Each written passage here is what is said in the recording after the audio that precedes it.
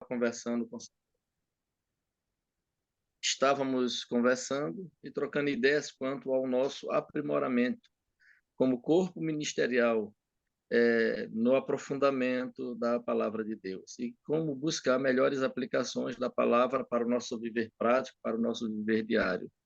Então, conversávamos da necessidade que nós, como pastores, temos de, após formação acadêmica, continuarmos os nossos estudos, continuarmos nos aprimorando, nos aprofundando, que às vezes nos lançamos aí nas tarefas requeridas pelo ministério e ficamos parados no tempo, paramos de progredir, paramos de crescer. Muito pelo contrário, às vezes até regredimos. Então, pensando nessa necessidade que, como indivíduo, como pessoas e, sobretudo, como pastores temos, então a necessidade, quem sabe, de nos juntarmos como pastores que gostamos de estudar, de nos aprofundar, de não ficar parado no tempo, formar um corpo e, a partir desse corpo, começarmos a estudar temas relevantes, temas importantes aí para o nosso crescimento e aprofundamento. Dado isso, então, nós é, criamos este grupo aqui, chamado os Teólogos MA, com um foco voltado aí para os nossos colegas aqui do campo, aqui do norte do Maranhão,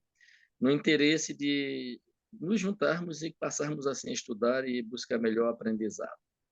E aqui está formado, né, o grupo Teólogos MA. Não é um grupo fechado, é um grupo aberto, dando para os irmãos da igreja a oportunidade de acompanhar, participar e assim também interagir conosco nesta busca, neste aprofundamento. Daí, nós termos alguns irmãos convidados e que, quem sabe, com o passar do tempo, esse grupo irá aumentar. Dessa forma, nós queremos dar boas-vindas a todos vocês, a todos que já estamos aqui inseridos, para que nós possamos ter a nossa primeira apresentação. E eu quero dizer para vocês, como palavras iniciais, antes da nossa oração, que nós estamos vivendo nos momentos finais da história deste mundo. Eu tenho catalogado recentemente, não uma ou duas, mas dezenas de citações de Ellen White, que ela, ao tratar de diversos assuntos, ela sempre introduz esses assuntos com a expressão conflito, grande conflito, terrível conflito, e a da necessidade que temos de estar preparado para esse último grande conflito. E a última citação que eu li dela aqui é: o grande e último conflito será breve, porém terrível. Pelo menos esse consolo, né? Será breve, porém terrível. E no contexto de um conflito, de um grande conflito, nós não vivemos sem um pano de fundo. Então, tanto Deus quanto o diabo criam um pano de fundo para que esse conflito possa se travar. E nós temos percebido que neste conflito final para o qual nós estamos caminhando, Satanás também tem preparado, e Ellen White diz, de longos séculos, todo um contexto, todo um pano de fundo para aquilo que se dará daqui a alguns dias. E, queridos irmãos, na minha opinião, nesse preparo para esse grande conflito está uma falsa teologia. Está um falso pano de fundo teológico. E eu vejo o dispensacionalismo exatamente como esse pano de fundo teológico. E o combustível que as pessoas têm adquirido nesse contexto de guerra, de conflito, Israel, Hamas, faixa de Gaza, como pano de fundo para aquilo que há anos eles vêm pregando, então parece que as coisas estão se encontrando. E se nós fizermos uma analogia deste tempo com o tempo de Jesus, então o cenário está bem montado e nós não e a história está, como diz Ellen White, se repetindo. Quando Cristo veio a este mundo, havia também um contexto preparado pelo diabo, um contexto teológico. E muitos dos conflitos que Cristo teve com os fariseus, com os sacerdotes e saduceus, tinha como pano de fundo essa falsa teologia, o tradicionalismo, o deitar por terra os mandamentos de Deus em troca da tradição humana e dos mandamentos humanos. E isso gerou para Jesus Cristo uma grande demanda, um grande sofrimento, um grande conflito de fato. Então, para os nossos dias não é diferente. E eu penso que na apresentação do pastor Samuel, ele estará deixando isso aí muito bem claro para nós. Portanto, que nós possamos estar atentos. Mais uma vez, bom dia e boas-vindas a todos. E que nós possamos ter nossa mente, nosso coração aberto para aquilo que será dito nesse contexto teológico do dispensacionalismo, que ele vai apresentar o seu tema, e assim nos aprofundar e quem sabe começar a cutucar o nosso coração e a nossa mente quanto a esse assunto. Aqui em Porto Franco, somente uma ou duas pessoas, desde janeiro, tocaram nesse assunto comigo. Estão, parece-me que, inertes e não alertas ao que de fato está acontecendo em relação a um assunto tão importante. Mas o YouTube está aí com suas várias demonstrações, com seus vários temas, vídeos, e isso tudo com ênfase nessa questão aí de Israel e o que está acontecendo, sinais, prodígios, manifestações, chegou a hora, o Messias está chegando, o templo está sendo construído. Sim, mas o que representa esse plano de fundo no contexto, de fato, do que a Bíblia diz e do grande conflito? Essa é a grande questão. Então, que nós possamos estar atentos para esse pano de fundo. Eu só quis fazer essa introdução para nós entendermos que existe um contexto todo preparado e montado aí nesse cenário final. Para quem não sabe, né, e nós temos aqui hoje a primeira apresentação, o pastor Samuel Muniz Bastos. Ele tem sua formação em missiologia, assim como nós também. A minha ênfase é crescimento de igreja, em tese, né? Mas eu gosto muito também de profecia, santuário e teologia bíblica. E nós somos clínico geral, nós sempre estivemos envolvidos aí com o estudo, com as demandas da igreja, e as demandas da igreja fazem com que nós sejamos aí um clínico geral. Nós temos que tratar de tudo na igreja, no distrito. E alguém me disse que quando alguém se especializa numa área, ele precisa namorar, noivar e casar, ou seja, ser um especialista de fato naquilo que está estudando. E a despeito de nós buscarmos um pouco de aprofundamento e especialização em outras áreas, mas de fato nós somos clínico geral, porque nós atendemos a igreja como um todo. Então, o pastor Samuel tem aí cerca de 26 anos, né, Samuel? 22 anos ou 26? 23 24 anos anos. de ministério. Ministério 24. 24 anos de ministério, 41 de Adventista. batizado. Nos batizamos no mesmo ano, 83, pelo mesmo pastor Solano, não foi? Foi. Pastor Solano, e estamos aí nessa luta até hoje. E não tem, eu pelo menos não tenho um dia que não estude. São 41 anos de leitura. Não passamos um dia sem ler alguma coisa. E nós estamos aqui na intenção, todos juntos, nós e os demais colegas que no futuro serão apresentados, para junto nós mergulharmos nessa grande aventura e alegria que a palavra de Deus nos dá. Querido e amado pastor Paulo Eduardo, bom dia. Bom dia, estão me ouvindo? Então, estamos ouvindo. Está bem acordado? Tô. Então, nos dirija a Deus em oração, por favor. Vamos orar. Pai Celestial, nesse momento pedimos tua unção sobre o palestrante que vem abrir tua palavra, trazer esse tema importante para nossos dias, fazendo com que ela nos ensine, ela nos eduque na tua justiça.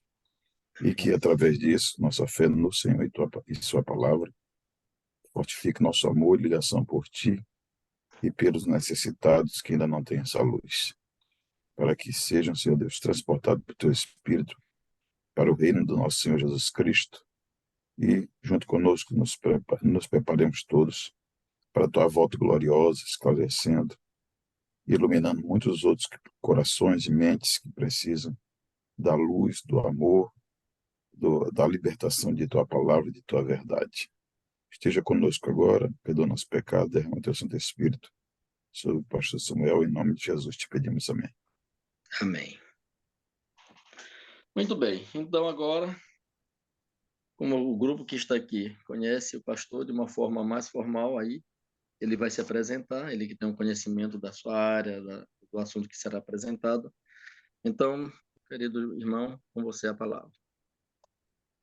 Bem, bom dia a todos. Uma alegria poder estar aqui com esse remanescente do grupo de teólogos do Maranhão.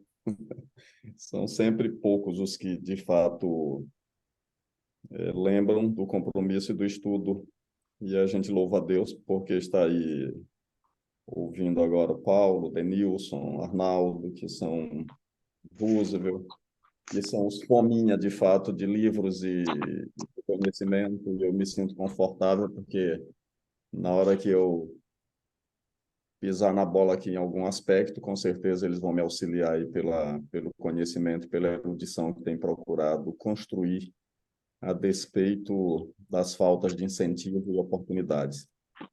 Mas Deus seja louvado pela presença de cada um de vocês e também dos irmãos que estão conosco, que eu espero que comecem a entrar mais alguns daqui a pouco, que devem estar dormindo.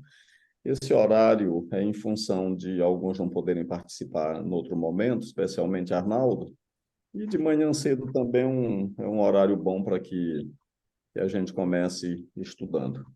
Então, o Rubem já falou um pouquinho da minha formação. Eu não tenho muito mais para acrescentar, né? A minha vida de estudo sempre foi uma vida muito difícil, né? Graduação, casado, com um filho, depois outro. Então, quem já passou por esse processo conhece as dificuldades maiores. Quem fez o mestrado e está fazendo também conhece as lutas. O meu mestrado foi junto com a função de presidente do Sul do Maranhão, mas eu louvo a Deus porque o estudo nunca, nenhuma função, nenhum distrito grande como Barreirinha me tirou o foco de sempre buscar ler um pouquinho mais. E quando a gente lê mais é porque tem consciência do tamanho da ignorância. E o doutorado é outra aventura que, às vezes, eu preferia nem ter feito, porque quando a gente faz um doutorado, descobre, acima de tudo, uma coisa, o tamanho da ignorância. E aí vem uma eterna busca que a gente morre e não sacia, e a proporção que vamos estudando a Bíblia, a gente vai só vendo o quanto a palavra de Deus é fascinante, e o Deus da palavra mais ainda. Mas, deixando essas considerações de lado, vamos então aqui ao tema: dispensacionalismo, proposições e análise bíblica. Nós vamos trabalhar esse sumário, uma rápida introdução à história hermenêutica dispensacionalista, a hermenêutica bíblica e a refutação, dispensacionalismo e o Evangelho de João, e algumas citações de Ellen White e depois as considerações finais, se der tempo de falarmos tudo. Então, eu vou falar um pouco mais rápido para a gente tentar ir avançando aí no tema.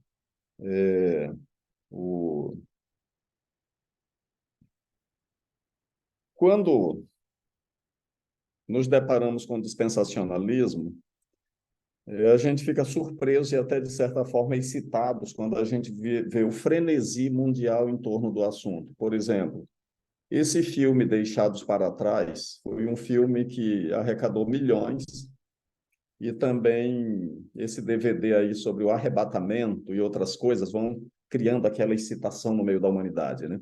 De vez em quando a gente cantava, mesmo sem querer, mesmo nós adventistas cantávamos: o mercado está vazio, seu trabalho já parou, não há tráfego nas ruas, é a volta do Senhor, aviões sem seus pilotos voam para a destruição. Mesmo de forma inconsciente, sendo um hino muito bonito, essa frase aí, aviões sem seu piloto voam para a destruição, acaba prenunciando um dos pilares do dispensacionalismo, que é o arrebatamento secreto. E esse frenesi, de vez em quando ele acontece. Recentemente, esse filme, Deixados para Trás, juntamente com um livro, que já foi traduzido para mais de 30 línguas e vendeu aí mais de 30 milhões de cópias. Isso acaba popularizando de forma tremenda esses ensinamentos supostamente bíblicos a respeito de arrebatamento secreto, e um outro aspecto é o foco sobre Israel. Então, quando o moderno Estado de Israel foi fundado em 1948, os evangélicos americanos, especialmente, ficaram muito excitados com o assunto, trouxeram foco para Israel como se as promessas incondicionais de Deus sobre a terra estivessem se cumprindo em Israel. Nisso, quando Israel é atacado, logo no ano da fundação, e vence, depois ele é atacado na Guerra dos 6 Dias por uma coalizão de mais de 1 milhão de soldados. Até de Cuba foram soldados para pelejar contra Israel. Israel saiu vencedor de forma esplendorosa. A Guerra do Yom Kippur, e em 1990, que também saiu vencedor. E em 1991, quando da invasão do Kuwait, houve ataques massivos contra Israel com mísseis Scud. Então, Isso acabou chamando de volta a atenção para Israel sobre se esse seria o momento do Armagedon. Veja, Armagedon é uma palavra bíblica, mas ela se tornou muito popular no contexto de uma guerra que pode acontecer no Oriente Médio, em torno de uma coalizão internacional contra Israel. E agora, com os ataques terroristas do Hamas, em outubro de 2023, que ainda estamos vivendo esse contexto, eu vejo, tanto no Insta quanto no WhatsApp, os grupos de oração sobre Israel, ore sobre Israel, ore sobre Israel. Nada contra a oração a respeito de Israel. Precisamos orar. Mas não só por Israel, mas por todos os países da Terra. Mas existiu, e a gente percebe assim, uma simpatia maior em relação a Israel. E quando nós avaliamos essa simpatia, a gente pensa assim, é porque é o povo da Bíblia, mas só que por trás dessa simpatia em relação ao povo da Bíblia existe uma hermenêutica, existe uma expectativa, querendo ou não querendo, existe uma expectativa sobre o papel de Israel na profecia bíblica no tempo do fim. Todas essas coisinhas que a gente vai percebendo, elas fazem parte de uma hermenêutica que os seus autores a chamam de bíblica e que se chama de dispensacionalismo ou de futurismo dispensacionalista ou premilenismo dispensacionalista. Ok? Nós vamos olhar então um pouquinho. O que é o dispensacionalismo? O movimento dispensacionalista ele vai entrar em cena nos meados do século XIX na Inglaterra através de um grupo que levou o nome de Irmãos ou Irmãos de Plymouth, e o seu principal expoente foi o irlandês John Nelson Darby, né? John Nelson Darby viveu de 1800 a 1882. Ele foi um ministro anglicano. E ele ficou insatisfeito com a frieza e liberalismo de sua igreja. E então ele se juntou a um grupo chamado Os Irmãos, em 1827. Norman Gulley, quando ele faz uma avaliação de John Nelson Darby, isso aqui é muito interessante da gente levar em conta, ele diz que a insatisfação de John Nelson Darby com a igreja o levou a romper com a igreja. Ok? E algo bem interessante que o Dr. Tim costuma dizer é que toda teologia ela também é biográfica. Então, toda apresentação teológica, toda exposição teológica, ou todo escrito teológico, querendo ou não querendo, ele tem que ser avaliado à luz da personalidade do preletor, do apresentador, do proponente. Essa ruptura de Nelson Darby com a igreja nunca mais o levou até a mesma relação para com a igreja. Então, a sua visão de igreja começa a mudar a partir daí.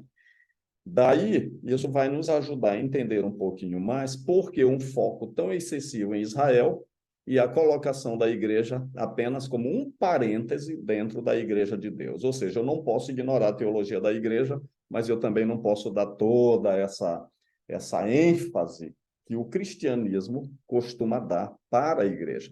Então, por aí a gente já começa a entender um pouquinho mais as premissas do dispensacionalismo. Bom, o dispensacionalismo é uma variante moderna do método de interpretação profética denominada futurista, ok? E surgiu no século XIX, foi popularizada pela Bíblia de referência Scofield. Essa Bíblia foi publicada em 1909 e também na década de 1920. Diga-se de passagem que em 1920 estava se vivendo um grande ataque do mundo liberal, da teologia liberal, contra a interpretação tradicional da Bíblia, especialmente contra o método gramático histórico.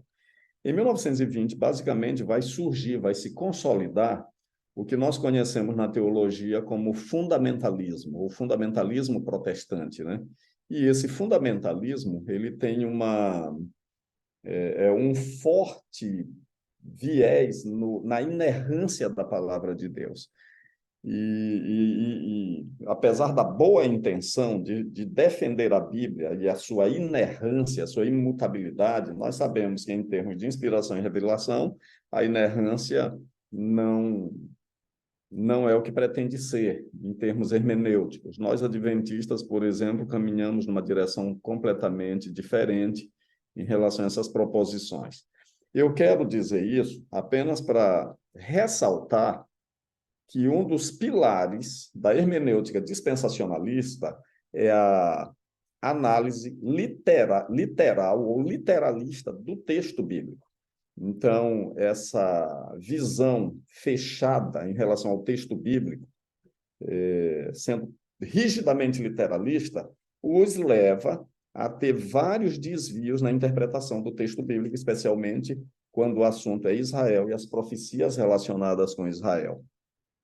Aí estão alguns nomes de autores e proponentes dispensacionalistas, né? O principal é John Nelson Darby, depois vem Cyrus Scofield, que é o da Bíblia, né, que escreveu, pegou a versão King James, e ele foi fazendo as suas notas de rodapé. E eu quero dizer para todos os irmãos, especialmente os irmãos de igreja que estão conosco aqui, que quando você compra uma Bíblia com notas de rodapé, você precisa ter muito cuidado com essas notas de rodapé, porque essas notas de rodapé elas vão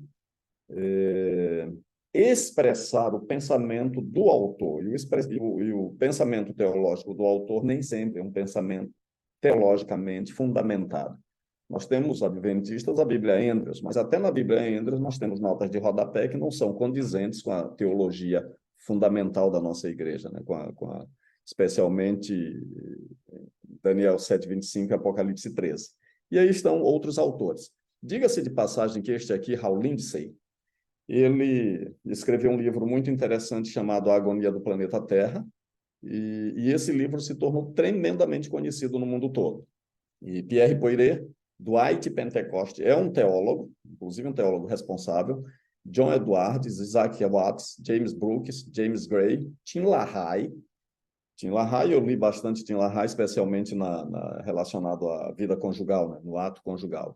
E Jerry Jenkins, e tem outros. Tem o Charles Lee Feinberg, que é inclusive autor de um comentário dos profetas menores do Antigo Testamento, etc. Então, existe um grupo bem interessante. E hoje existem outros autores que estão, inclusive, fazendo uma proposta diferente sobre o dispensacionalismo, que se chama de dispensacionalismo progressivo. E existem alguns conflitos entre eles, porque essa galera aqui que eu estou apresentando para vocês, eles são os dispensacionalistas mais fundamentalistas, os que defendem as raízes primárias do dispensacionalismo. Os progressistas, especialmente com a leitura do livro de La Rondelli, Israel de Deus na Profecia, então eles mudam algumas coisas da sua hermenêutica. Quem vai nos dar essas informações de uma maneira, pelo menos, inicial, é Norman Gulley, que é um teólogo sistemático adventista, e essas informações estão no livro Cristo Viene. É um livro em espanhol grosso, tratando especialmente dos eventos finais. Algumas obras dispensacionalistas, olha, Hal Lindsey, aqui, A Grande Agonia do Planeta Terra, a Bíblia de Referência Scofield, esse aqui é Deixados para Trás, que o Dwight Nelson,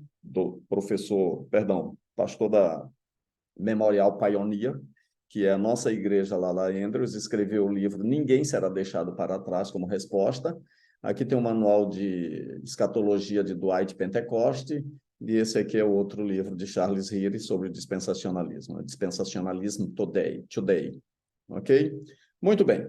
Na hermenêutica dispensacionalista, como eu falei lá no comecinho, eles acabam, de certa forma, sendo membros dessa escola de interpretação que é a futurista. As principais escolas de interpretação profética são historicista, preterista e futurista. A mais antiga de todas é a historicista, né? Que não dá tempo de falar sobre isso agora, mas uma excelente exposição desse assunto está lá no Leroy Edwin Fromm, quando ele fala sobre a profética fé dos nossos pais. Fromm foi um professor de história eclesiástica na Andrews. E aí ele vai mostrando, desde Joaquim de Fiore até praticamente nossos dias, a fundamentação bíblica da escola historicista de interpretação. Dentro do historicismo, diga-se de passagem, nós temos o preterismo e o futurismo, mas dentro de uma ótica do contínuo histórico. Esse é o ponto principal da escola historicista de interpretação profética, porque ela não cria gaps dentro da interpretação da profecia. Ela vai começar a interpretação com os dias do apóstolo até o segundo advento de Jesus. O preterismo, que foi criado pelo padre Luís de Alcazar, ele pega todas as profecias bíblicas e praticamente as transfere para o primeiro século. E eles se centralizam especialmente nesse foco. E os futuristas, diga-se de passagem que o futurismo foi criado por um outro erudito católico jesuíta chamado Francisco Ribera, e ele, então, pega todas as profecias que tratam especialmente do anticristo, e ele diz assim, não, tudo isso está para se cumprir lá no futuro. Vocês sabem disso, que são princípios básicos aí quando a gente começa a estudar a profecia.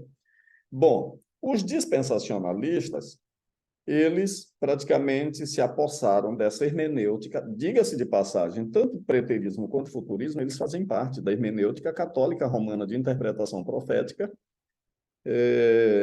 E essas duas escolas, elas têm como foco refutar a reforma. Elas fazem parte da chamada contra-reforma. Por quê? Porque ambas desviam o foco do catolicismo nos capítulos 13 de Apocalipse e Daniel 7, esse é o aspecto profético ali, e transfere isso completamente para um anticristo, ou do passado ou do presente, ou seja, não abordava o aspecto da causa primária da reforma, que era essa controvérsia luterana versus Papa no século XVI. Bom, dentro desse contexto, John Nelson Darby se apossa do capítulo 20 de Apocalipse, especialmente, e eu diria assim, que a expressão dispensacionalismo pré-milenista ou amilenista, eles estão relacionados com sua ótica, a sua relação com o milênio.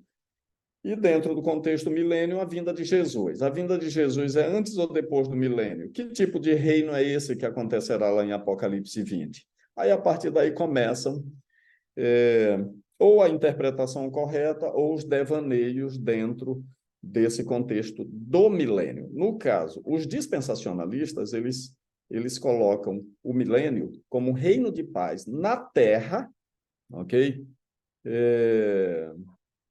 Antecedido pelo arrebatamento secreto, para que só então, depois desse milênio, que será vivido na Palestina, pelo Messias que virá para Israel, então depois eles dizem que virá então o segundo advento, né?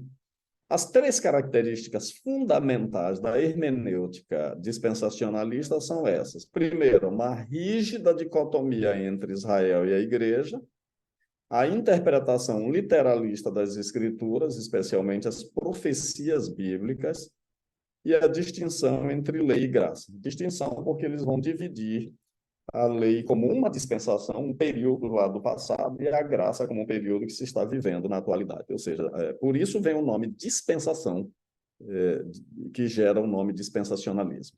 Então, esses são os três pilares. Falando um pouquinho sobre lei e graça, ou as dispensações, a fundamentação dos dispensacionalistas, segundo Timóteo 2,15, que lá está escrito assim: procura apresentar-te a Deus como obreiro aprovado e que maneja bem a palavra da verdade. A palavra manejar bem no grego, que vem do verbo ortotomel, eles interpretam como dividir corretamente. Então, o obreiro aprovado é aquele que divide corretamente a palavra de Deus. A partir daí, eles pegam isso como fundamentação para dividir a história nas diversas dispensações. E as dispensações clássicas são estas. Isso aqui é o que está na Bíblia de Scofield. Ok? Primeira dispensação seria da inocência, segunda da consciência, terceira do governo humano, quarta das promessas patriarcais, quinta lei. E diga-se de passagem, entre lei e a graça tem a cruz, né? Vejam bem, essas iniciais têm a ver com a expulsão do Éden, o dilúvio, a confusão de línguas, né? O governo humano ali, promessas patriarcais, pré-Egito, Aí vem a lei, pós-saída do Egito, e aí vem, então, a, a cruz, aí começa a era da igreja, que, na concepção escatológica dispensacionalista, a igreja é apenas um parêntese no plano de Deus. É como se fosse uma interrupção no plano de Deus para Israel, e aí surge esse parêntese, esse gap chamado igreja. E, por fim, vem o milênio, né? E só que antes do milênio tem essa tribulação e, finalmente, o grande juízo e etc. Beleza? E aí tem a era futura, finalmente. Ok? Outras divisões dispensacionalistas. O próprio Nelson Derby divide. Primeiro, do paraíso ao dilúvio, depois a de Noé, depois Abraão, a Israel, os gentios, né? O Espírito, dispensação do Espírito, e o milênio. O Seminário Teológico de Dallas, que é praticamente o quartel-general do dispensacionalismo, divide em apenas três: a lei mosaica, a atual dispensação da graça. Então, olha só, a diferença entre lei e graça bem forte aí.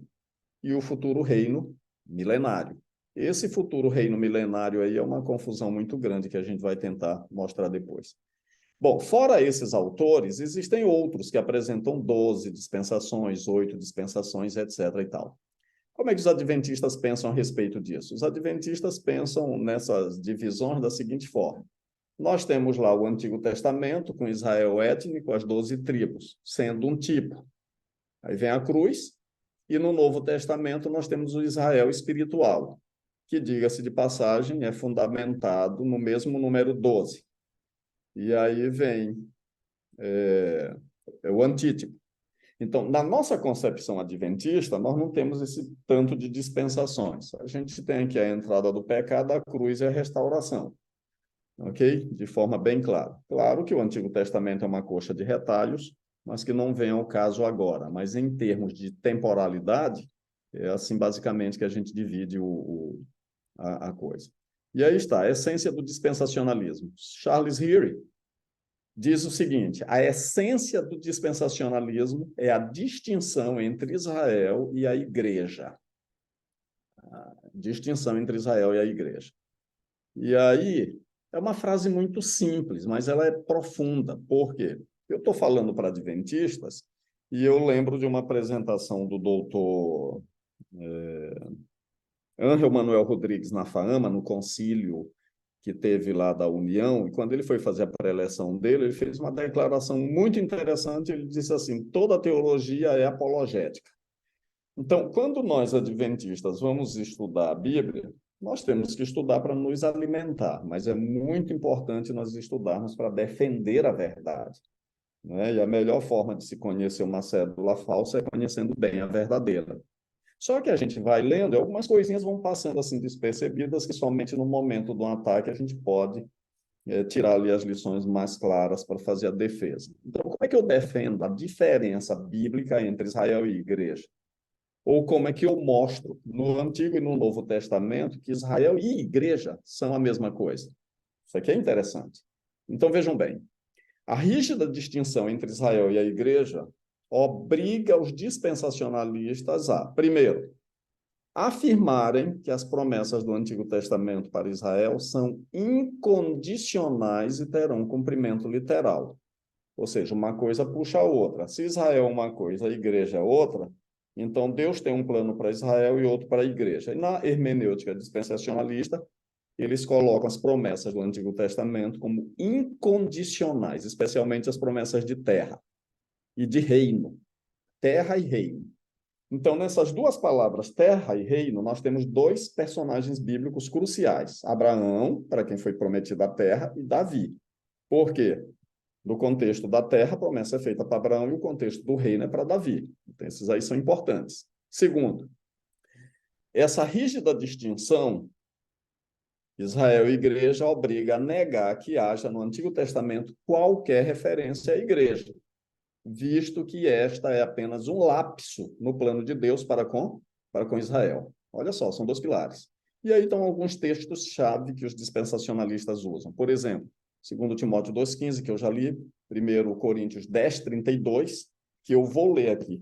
de forma bem rápida, só para vocês relembrarem, né? 1 Coríntios 10, 32 é um texto extremamente mal usado, que diz assim: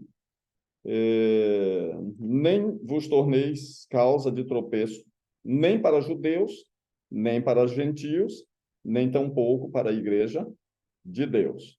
Então, na concepção israelita, dispensacionalista, existe aqui uma clara distinção entre judeus, gentios e igreja, ok? Fazendo até uma tricotomia aí.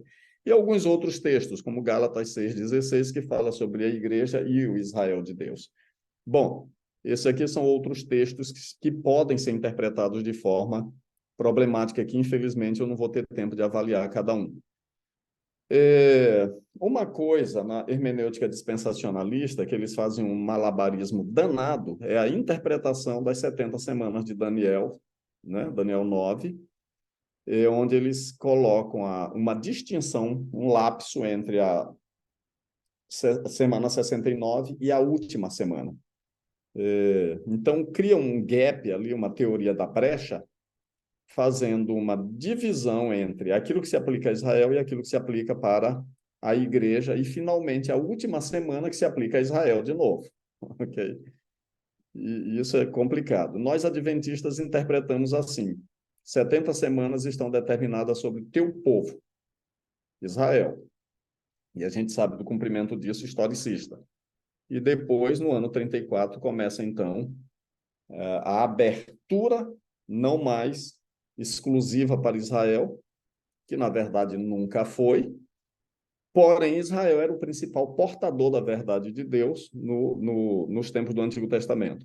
Mas depois da cruz, especialmente na morte de Estevão, há uma abertura maior, conforme foi predito na própria profecia lá das 70 semanas, né? E eles também fazem um malabarismo hermenêutico muito grande nisso aqui, como eu já acabei de falar, né? Então, para eles, as 2.300 tardes e manhãs ainda estão no futuro, ou no passado, como pretendem os preteristas. E fazem uma distinção entre um e outro. E para nós, adventistas, as 70 semanas estão dentro do contexto mais amplo das 70 semanas. Mas isso aqui não é um ponto para a gente se deter agora, para a gente demorar. Então, aqui estão, as 70 semanas, a forma como são interpretadas pelos dispensacionalismos. Começa em 444, 69, aí Jesus morre, vem a era da igreja, aí o arrebatamento secreto e, finalmente, a última semana. Ok? A última semana de tribulação para o estabelecimento aí do reino eterno. Os adventistas interpretam de forma diferente. 70 semanas, que no meio da última semana vem a cruz, e finalmente no ano 34 começa aqui o período da igreja, que é o Israel de Deus, de acordo com a nossa interpretação bíblica. No dispensacionalismo, a última semana é assim: vem o arrebatamento da igreja, aí vem um tratado de paz, o anticristo aparece, né? Vem um tratado de paz que é interrompido depois de 3 anos e meio, são 7 anos de tribulação aqui para Israel, né? Aí vem os juízos divinos derramados sobre toda a terra, a prisão do diabo, o Armagedon e a volta de Jesus. Aí o reino milenial, ok? É o reino milenial. Então é um negócio assim bem doido. Qual é o ponto crucial no qual não discordamos? Para nós, arrebatamento está relacionado com o segundo advento. A nossa fundamentação bíblica é 1 Tessalonicenses 4. Não há defesa de um arrebatamento que não seja por ocasião da vinda de Jesus. Mas os dispensacionalistas conseguem tirar a igreja de cena para que, na cabeça deles, as profecias incondicionais se cumpram com Israel. Como é que nós interpretamos a última semana? Começa com o batismo de Jesus, que é a sua unção, no ano 27. Os sacrifícios cessam na morte de Cristo, quando o véu é rasgado. Vem o apedrejamento de Estevão e, finalmente, começa aqui o período dos gentios e, ao mesmo tempo, o período de todos, judeus e gentios, que formam o núcleo do que chamamos de um novo Israel. Beleza? Muito bem, um pouquinho da hermenêutica bíblica e refutação.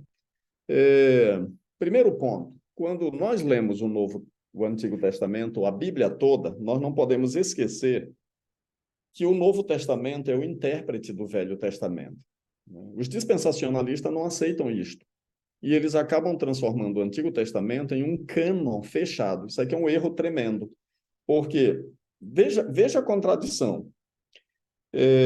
Os dispensacionalistas, que são protestantes evangélicos, eles também se dizem herdeiros da Reforma. E um pilar crucial da Reforma é o princípio sola scriptura. O princípio sola scriptura tem dentro do seu escopo um princípio que é tota escritura. Ou seja, toda a escritura é inspirada. E essa toda a escritura envolve o Antigo e o Novo Testamento. Por quê? Quando Jesus chama escritura, nos seus lábios as escrituras são o Antigo Testamento. Ok? E depois o Novo Testamento é agregado. Então, quando existe essa distinção rígida aí, e essa rejeição praticamente do Novo Testamento como lente para a interpretação do Velho Testamento, acabam colocando o Antigo Testamento como um cânon fechado, sem uma interpretação fundamentada no Novo Testamento, o que é um erro básico quando se trata de hermenêutica bíblica, né? Nós temos muitos outros eruditos aí de outras denominações que trabalham o princípio da interpretação do velho pelo novo, ok? E aí a pergunta é, onde é que fica a unidade orgânica entre ambos os testamentos? Walter Kaiser Júnior, que escreveu o livro Teologia do Antigo Testamento, que é uma obra clássica, ele pega o Antigo Testamento e ele dá um centro para o Velho Testamento na sua teologia. Esse é um livro muito, muito bom. E, para ele, o foco do Velho Testamento é a realização das promessas feitas lá. Então, a promessa é como se fosse o fio de ouro que percorre todo o Antigo Testamento. Ok? E eu já li o livro de Walter Kaiser Júnior várias vezes. E é uma obra teológica extraordinária, inclusive citada muitas vezes pelos teólogos adventistas. Então, na concepção dele, que vem trabalhando a promessa de Gênesis até Malaquias, depois ele entra no Novo Testamento e diz assim, Cristo é a realização das promessas feitas no Antigo Testamento. Então, quando você pega, por exemplo, Lucas 24, 27, que diz lá, o próprio Jesus, e começando por Moisés, pelos Salmos, pelos profetas, ele disse tudo que estava escrito a seu respeito.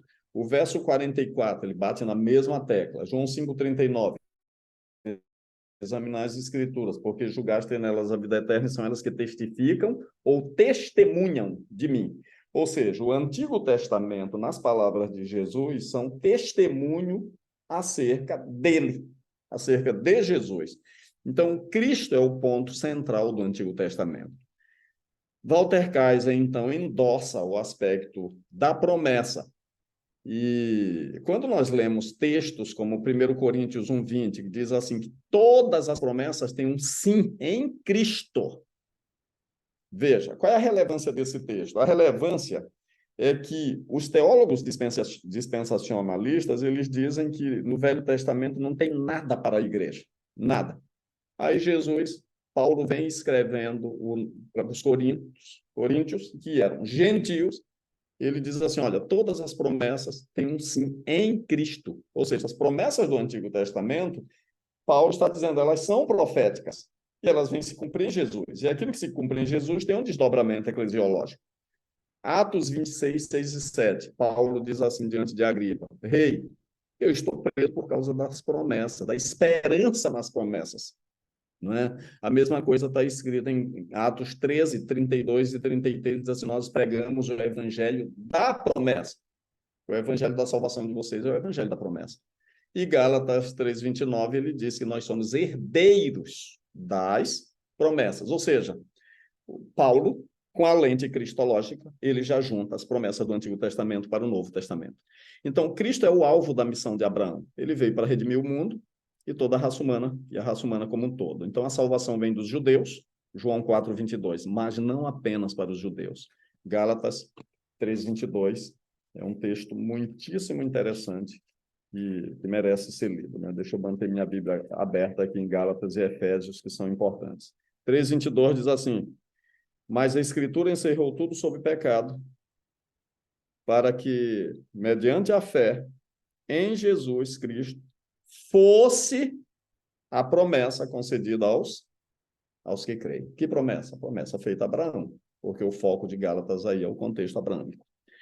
A interpretação cristológica é uma coisa interessante. La Rondelli trabalha com esse princípio no seu livro Israel de Deus na Profecia. Então, o princípio tipológico, ele vem praticamente mostrar o seguinte: você não pode olhar para o Antigo Testamento sem perceber que pessoas, eventos, instituições, elas, de certa forma, são preditivas de algo maior.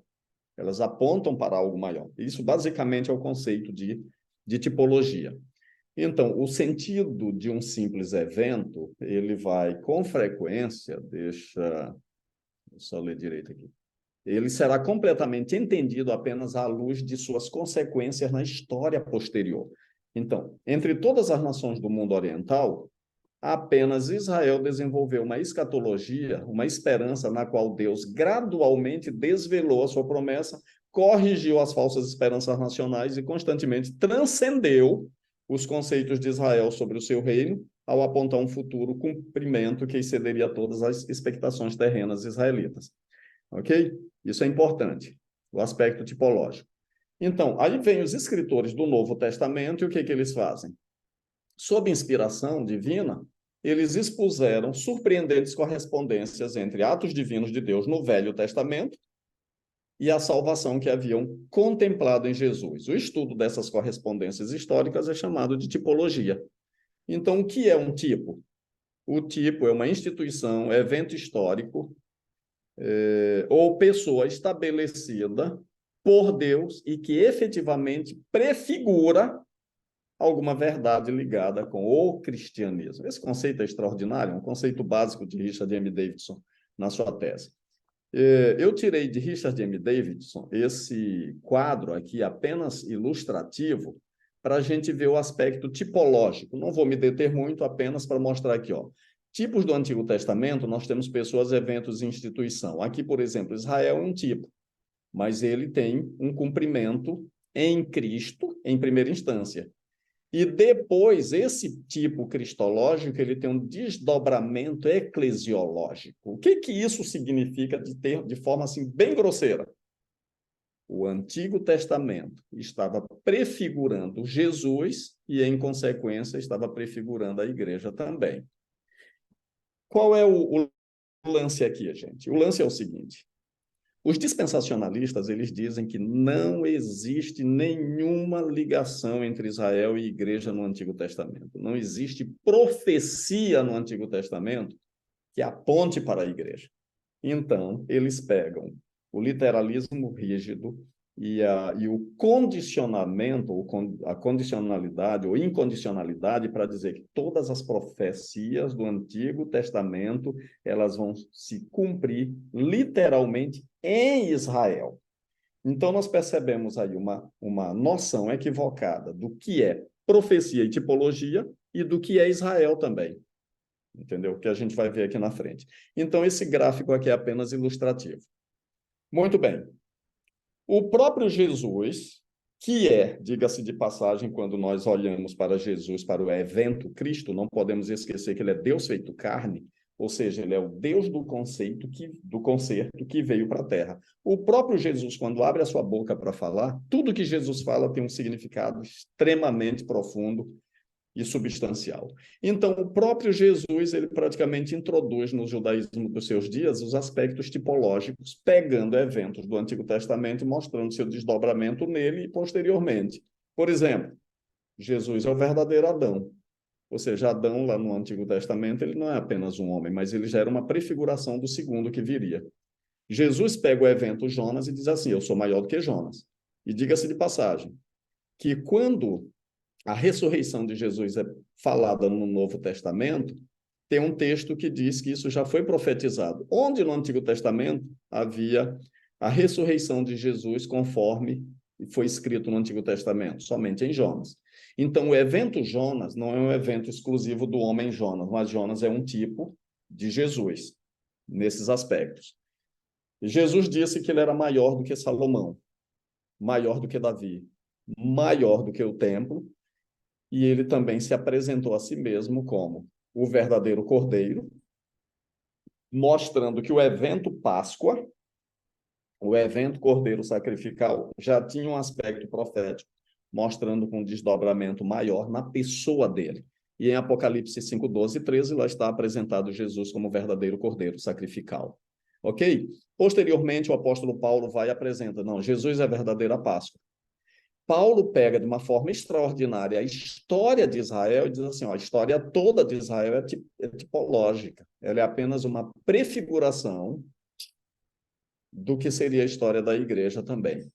E aí Lucas 9:31, Elias e Moisés aparecem para Jesus falando sobre o êxodo. O que isso nos indica? Que o êxodo de Jesus, ele é o antítipo do êxodo que aconteceu com Israel. Então, se o êxodo de Jesus, que é a mesma palavra no grego usada para falar sobre a partida de Jesus, todos os teólogos são unânimes em falar dessa conexão entre o êxodo realizado em Cristo como sendo o antítipo do êxodo que aconteceu com Israel. Logo, o êxodo de Jesus, segundo o êxodo, demanda um segundo Israel. E esse segundo Israel é Jesus, que é o elemento dessa segunda partida, o êxodo.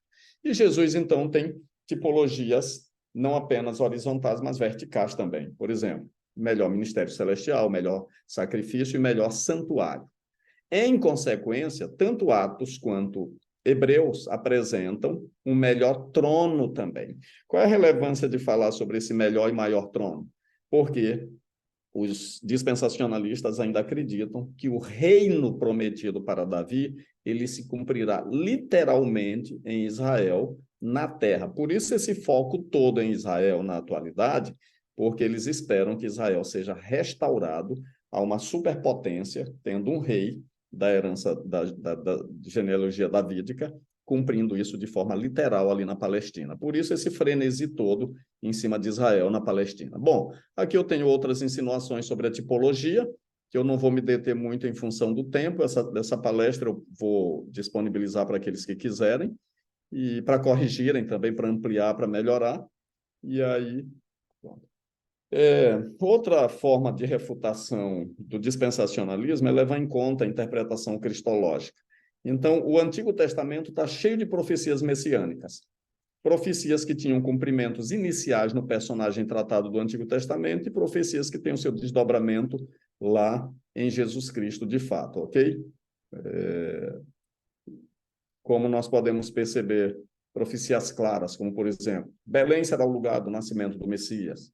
Salmo 2 e outros falam do sofrimento do Messias e outras coisas relacionadas, entendeu? E aí vai. Muito bem.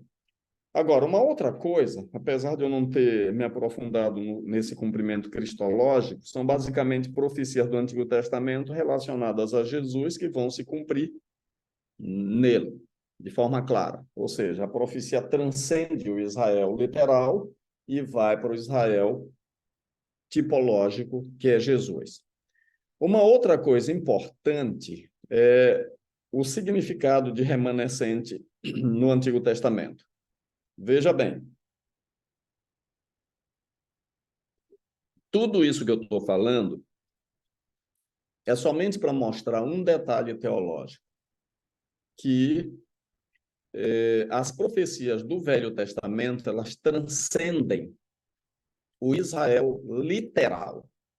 Mas aí vem uma pergunta que se faz necessária, uma pergunta boba. Qual é o significado do nome Israel no Antigo Testamento?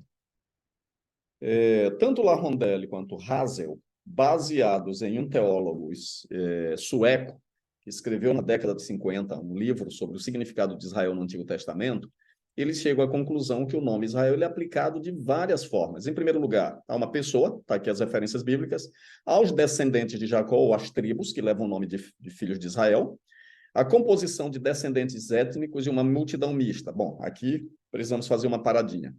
Quando Israel saiu do Egito, lá em Êxodo 12, 38, está escrito que dele saiu uma multidão mista, né, que inclusive foram causadores de muitas confusões.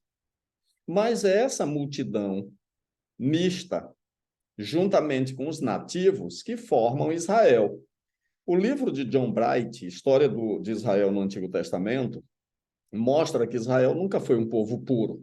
Por exemplo, Judá casou com Tamar, que era cananita. José casou com Azenate, que era egípcia. Efraim e Manassés, e olha uma coisa interessante, Efraim sempre foi idólatra lá no norte. Mas a gente tem que lembrar que Efraim foi criado no Egito. Ok? Então ele era metade egípcio, metade descendente de Jacó.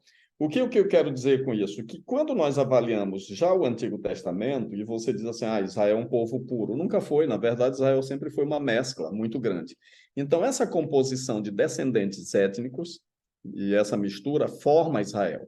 Em seguida, em Êxodo 19:6, o termo Israel é chamado também de nação santa, povo de propriedade exclusiva de Deus. Israel, então, é uma comunidade de fé, e a fé torna essa comunidade especial. É chamado de comunidade da aliança também, 19-24 de Êxodo, é a comunidade da aliança, e que tinha condicionalidade no contexto da aliança. Por fim, Israel é uma parte da nação. Você tem o termo Israel aplicado para o Reino do Norte e o termo Israel aplicado para o Reino do Sul. Então, nós já temos um contexto divisionista. E Israel também é aplicado para o remanescente, que começa aqui em 1 Reis 19:18 com Elias, mas aqui também é chamado de não meu povo, que depois vai ser chamado de meu povo. E em Ezequiel 11, o remanescente seria cheio do Espírito Santo. Ou seja, o tema remanescente é usado nos profetas do Antigo Testamento somente num sentido religioso e teológico, e nunca num sentido étnico e nacional. Qual é a relevância dessa declaração? É que nós vamos ver um remanescente lá para o Novo Testamento como uma continuidade desse remanescente que já é predito no Antigo Testamento. E existem predições que os crentes gentios eles serão incorporados a esse remanescente israelita. Por exemplo, aqui estão as predições, mas nós vamos ver a realização disso em Romanos, capítulo 9-11. Então, as promessas particulares à etnia e ao Israel geográfico estão subordinadas ao propósito de salvar a humanidade, não um objetivo diferente, independente, ok? E o profeta Isaías afirma, olha só isso aqui, pouco é o seres meu servo, falando sobre o servo remanescente de Isaías 49:6, para restaurares as tribos de Jacó e tornares a trazer os remanescentes de Israel.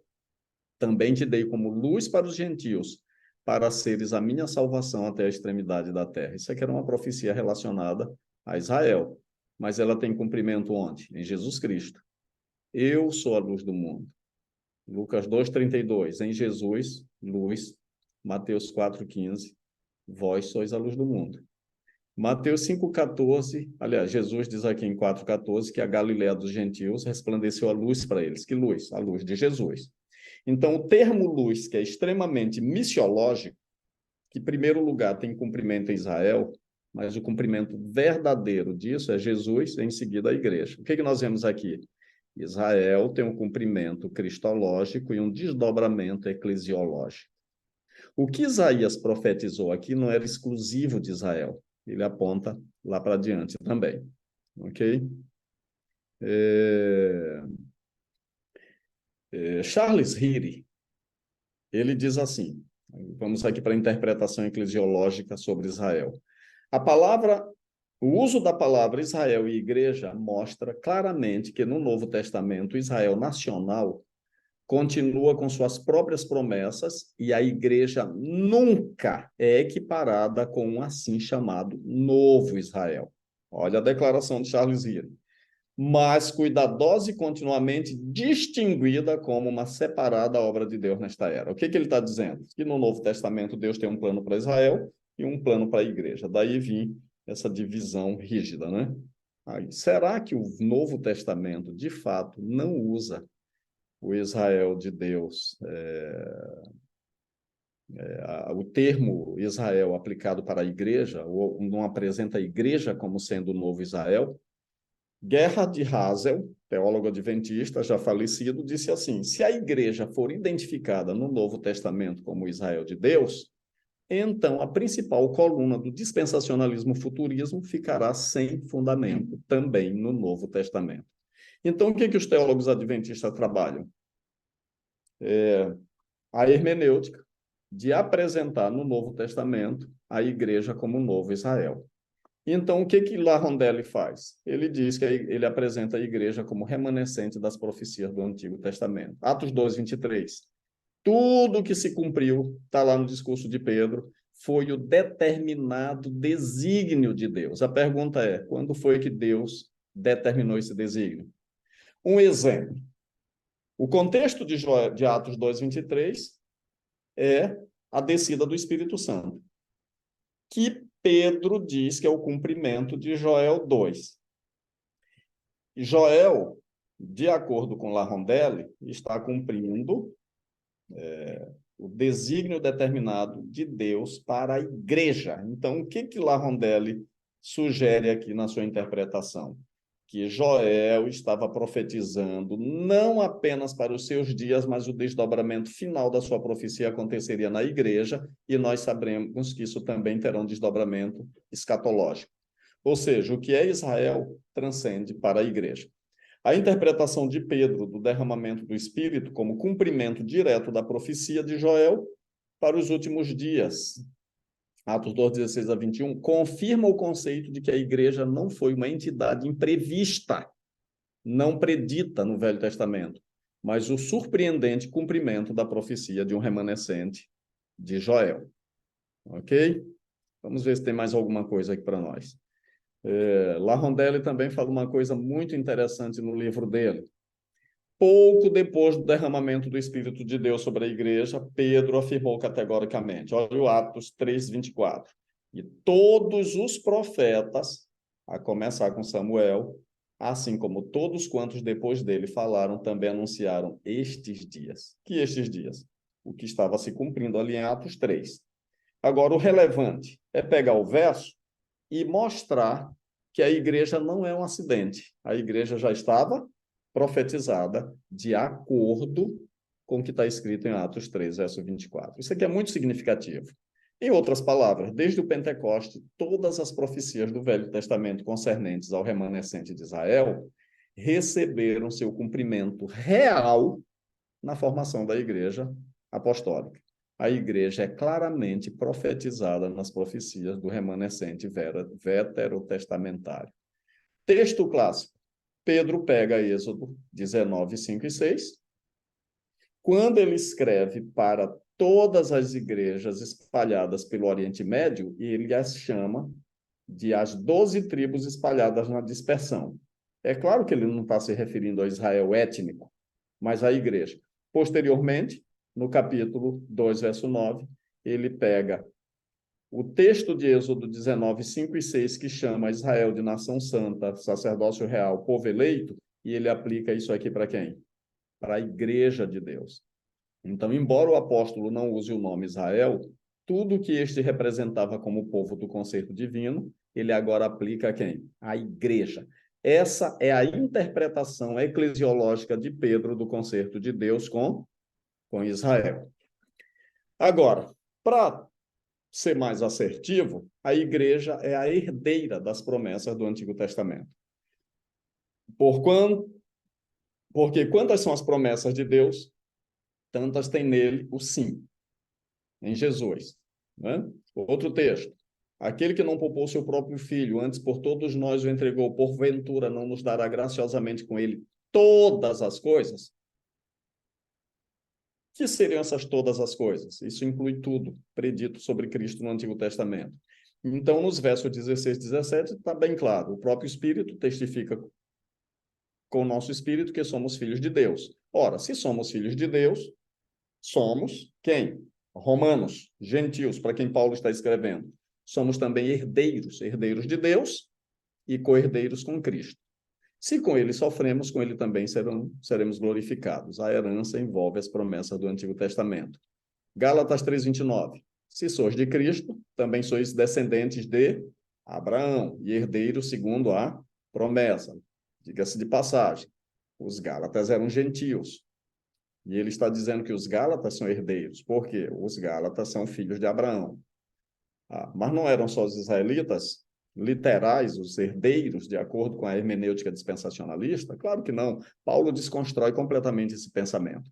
Então, Hazel diz que a distinção entre israelita e não israelita, ou judeu e gentio, com respeito à salvação, é removida. Todos os seres humanos partilham da mesma salvação e promessas feitas àqueles que são o povo de Deus. Bom, e aí vai. Nós temos uma série de textos para a gente poder analisar. E, por último, a inserção dos gentios no remanescente de Israel. Ainda que Israel seja como a areia do mar, o remanescente que será salvo. Todo Israel será salvo, está escrito lá, que Deus não rejeitou o seu povo, capítulo 11, verso 1.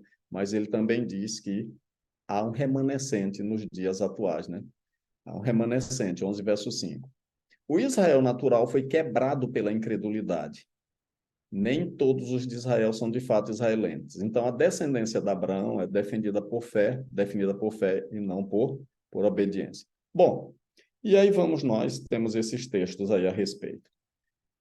Existe um elemento de condicionalidade muito forte na Bíblia que é ignorado pelos dispensacionalistas. E só para falar de forma rápida, além desses versos que vão aparecer aí, quando nós estudamos as promessas feitas para o próprio Abraão, já lá no início, tanto em Gênesis 12, quanto Gênesis 15, Gênesis 17, em todos esses textos, a promessa de terra está condicionada à obediência. Então, ignorar o elemento da condicionalidade, como fazem os dispensacionalistas, é um erro hermenêutico tremendo, tremendamente grande, ok? Gente, Deus faz uma transferência de encargos em Mateus aí 23, quando ele diz assim: o reino vos será tirado e será dado a um povo que lhe produz os respectivos frutos. Os judeus entenderam isso aqui e por isso eles mataram Jesus. E essa transferência agora é feita para a igreja de Deus, que é o novo Israel no Novo Testamento. Bom, eu acho que o tempo já se esgotou bastante. Eu não sei se vocês têm disposição para a gente prosseguir. Se não, eu paro aqui e a gente discute um pouquinho em cima do que já foi apresentado.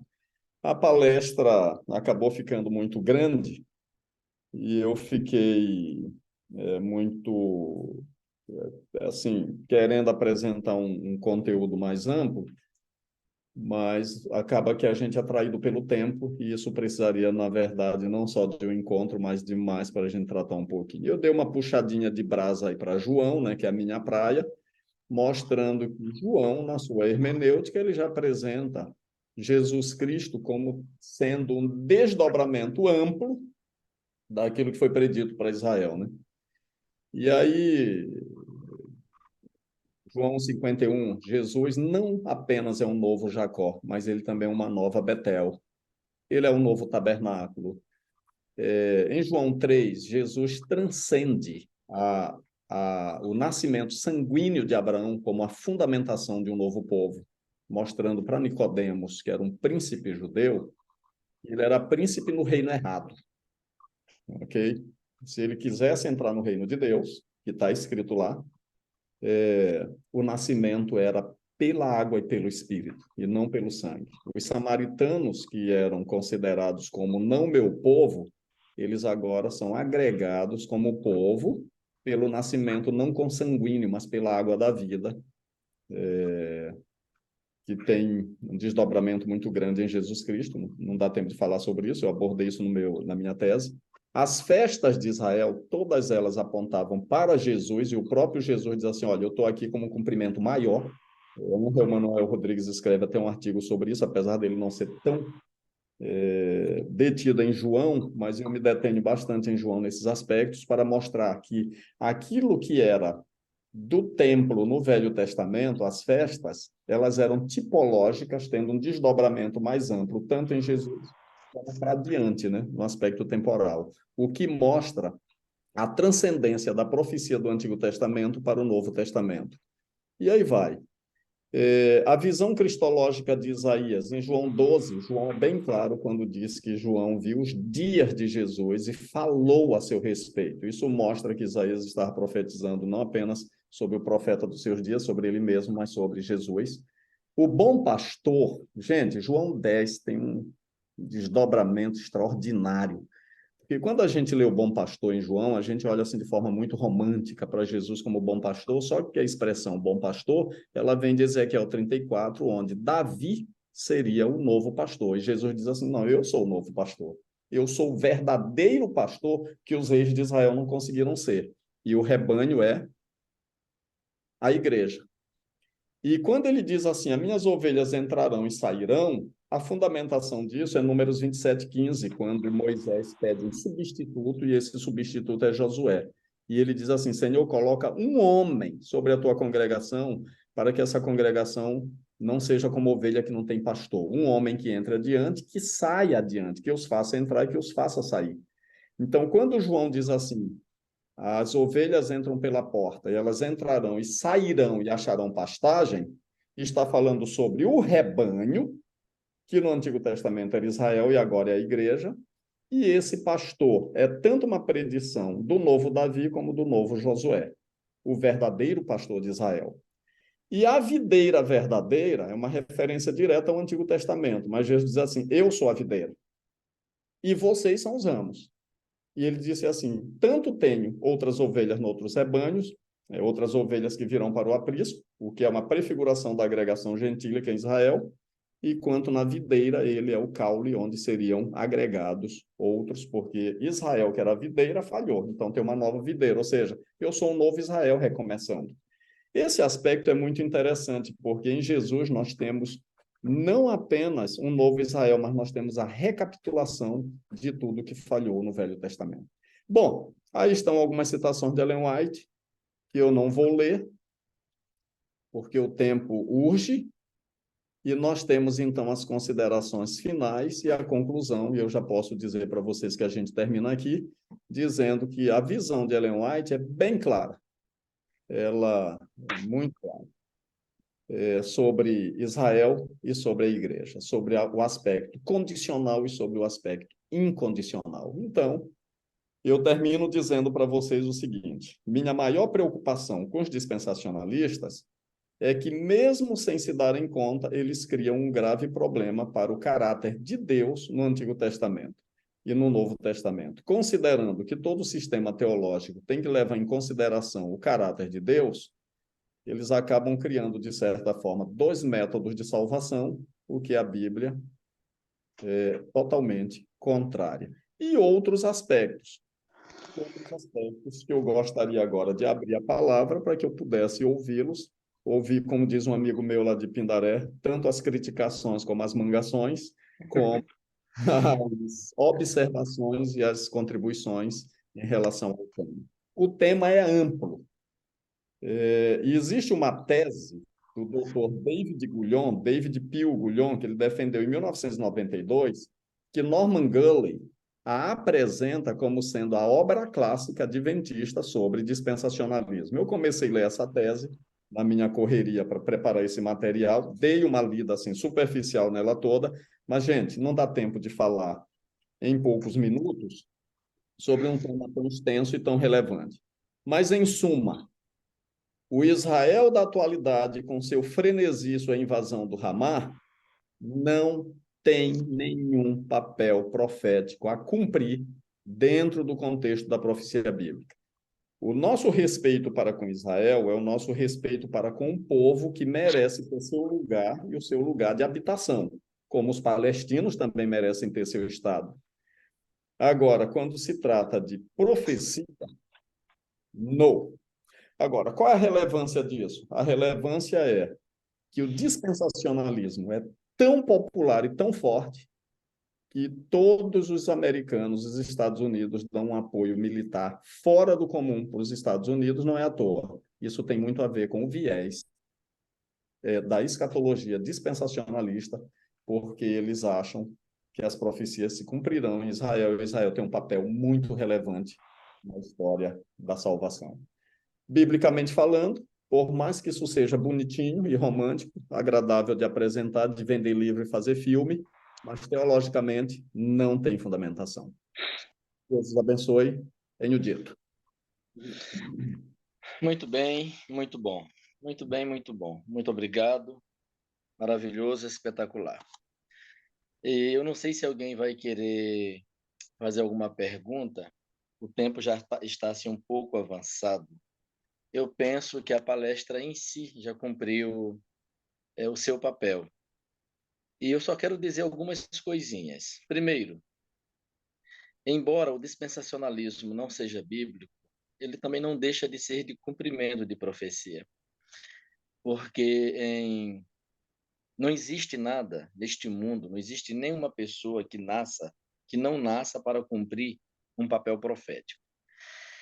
E a Bíblia já nos apresenta esse cumprimento de papel profético nos que se salvam e nos que se perdem. E nesse contexto entra o que é muito importante, levando em conta o que Samuel falou aí sobre o pastor Ángel Emanuel Rodrigues, que toda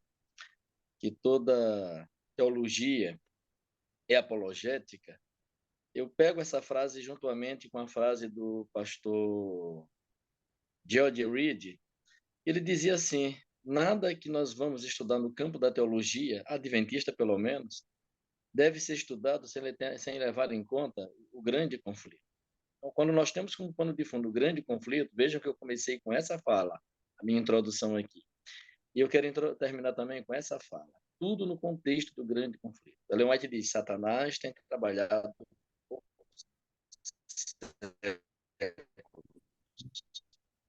e ele tem como alvo, diz ela, conflito em especial, grande conflito e o último grande conflito em especial.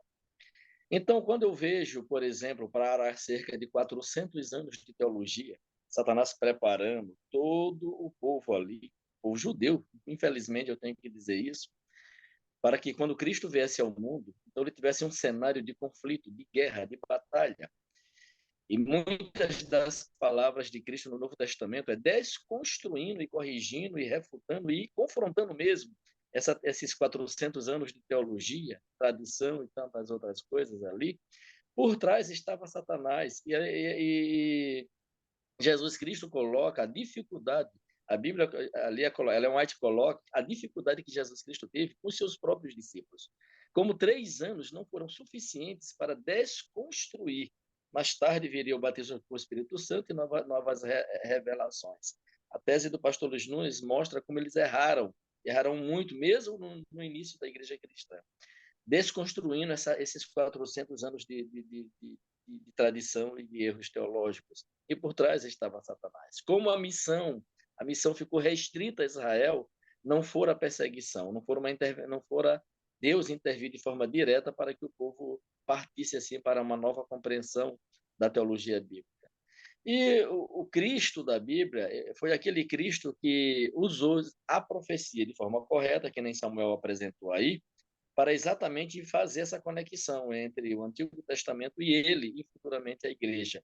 Enquanto que Cristo estava em confronto, nesse contexto de grande conflito, com, com, com o diabo. Por trás dos fariseus, escribas e saduceus estava o diabo.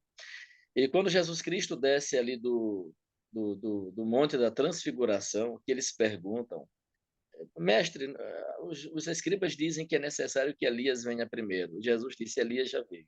Ou seja, a profecia já se cumpriu, de forma positiva e negativa. De forma positiva, porque mataram João Batista e vão matar o filho do homem. A perseguição. E começa com uma teologia, uma teoria, termina, de fato, com uma expressão final de violência. Esse foi o método de Satanás no céu, terminou com violência lá no céu. Começou com Cristo aqui, começou com teoria e terminou com violência contra Cristo, e no real menos, como diz Ellen, está trabalhando por séculos, criando todo um arsenal teológico, como é o arsenal dispensacionalista. Eu tenho muitos livros aqui, pelo menos alguns, e no contexto do que virá, assim como há um cumprimento de profecia positivo, que foi muito bem apresentado aí, também há um cumprimento de profecia no sentido negativo.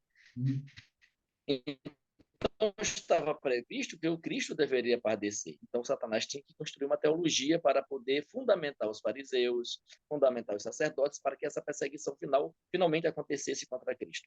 No cenário atual, então já podemos prever com esse negócio de que o Cristo está vindo, Israel está preparando, Israel Isso não é nada mais, nada menos do que um preparatório para aquilo que Ellen White diz, o último grande engano, a vinda do falso Cristo.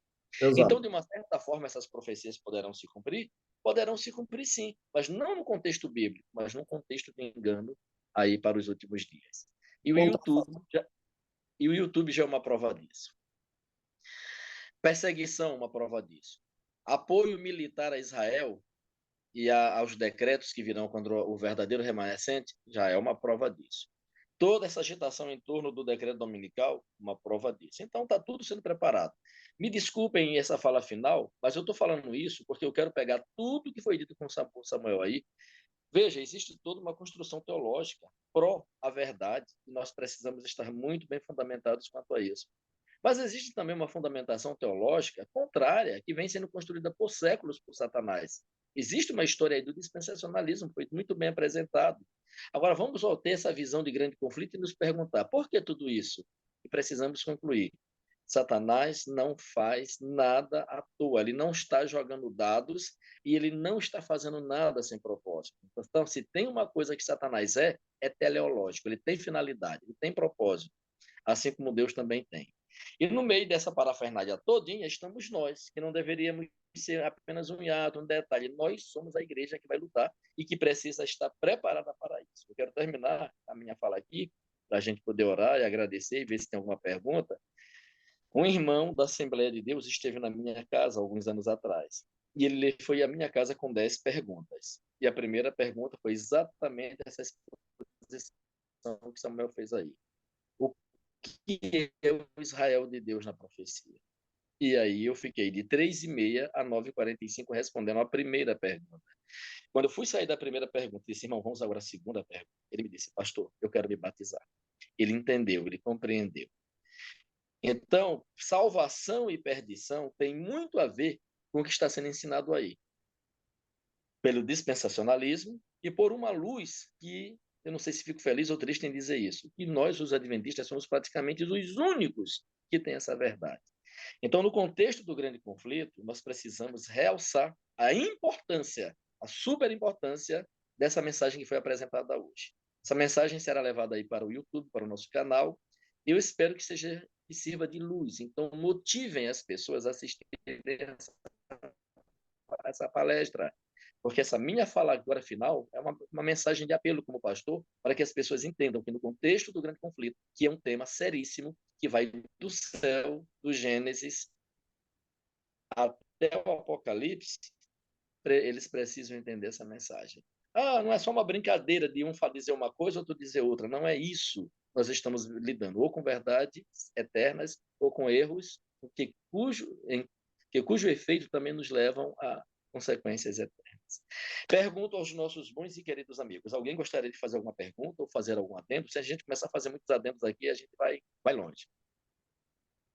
Mas alguém gostaria de falar alguma coisa? Bem, não havendo, então, vamos pedir ao nosso palestrante. Levantou a mão. Pastor Jeová levantou a mão. Deixa eu ver aqui que eu não estou vendo mão levantada. Eu estou aqui na tela principal. Deixa eu olhar nosso teólogo, Jeová. Aquisa e Jeová, por favor. Aquisa, primeiro, as mulheres primeiro. Obrigada. Bom dia, queridos. Primeiro, quero agradecer ao pastor Samuel por ter colocado esse link para mim. Esse assunto me interessa muito, foi uma bênção, viu?